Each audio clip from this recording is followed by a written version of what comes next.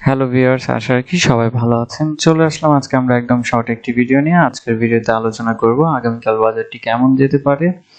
আশা করি আপনার ধৈর্য সহকারে পুরো ভিডিওটি আমাদের সাথেই থাকবেন। আমরা যদি রিসেন্ট 3টা কার্যদিবস দেখার চেষ্টা করি তাহলে বাজারে একটা নেগেটিভ বাজার দেখতে পাই এবং যেখানে হচ্ছে গিয়ে তার ট্রেড ভলিউমটা অনেকাংশেই কমে যায় এবং পাশাপাশি আমরা যদি আজকের কার্যদিবসটা দেখি তাহলে দেখবেন যে সেখানে মাত্র 35টি শেয়ারের সংখ্যা পজিটিভ ছিল এবং যেখানে ডিক্লাইন করেছে 105টি এবং আনচেঞ্জ ছিল 219টি। তার মানে দেখা যাচ্ছে যে অনেক শেয়ার আপনার ট্রেড ভলিউমটা ফ্লোরেই হচ্ছে এবং এখান থেকে এখনো বেরোতে আমাদের সময় নিতে হবে। এটা ডিপেন্ড করবে বাজারে আসলে ডিমান্ডের ক্রিয়েটের উপরে। আমাদের বাজারে রিসেন্ট আমরা যে জিনিসটি দেখতে পাই 6450-এ একটা রেজিস্ট্যান্স ছিল যেটি ব্রেকআউট করতে পারেনি। এটা ব্রেকআউট করার জন্য অনেক প্রচুর পরিমাণে শক্তি দরকার।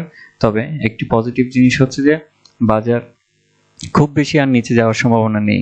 বাজার এই জায়গার মধ্যে হয়তো কিছুটা ঘুরপাক খাবে এবং সামনে যেহেতু আমাদের ডিসেম্বর মাস, তো সেখানে ব্যাংকের অনেক আপনার অ্যাডজাস্টমেন্টের ব্যাপার থাকে। দ্যাটস ওয়াই হয়তো এই সময়টা যাওয়ার পরে আমরা হয়তো বাজার একটা পজিটিভনেস দেখতে পাবো এবং বাজার যেহেতু অনেক শেয়ার আপনার ডিক্লাইন এবং আনচেঞ্জ অবস্থানে আছে, সেখান থেকে আমার কাছে মনে হচ্ছে বাজার হয়তো আগামীকাল আমরা কিছুটা পজিটিভ দেখতে পাবো। বাট এখানেও আরেকটি বিষয় হচ্ছে যে এখানে বায়ার এবং সেলাররা কীরকম আপনার অ্যাটিটিউডটা প্রেজেন্ট করে সেটার উপরেও ডিপেন্ড করছে বাজারের আপনার অবস্থান।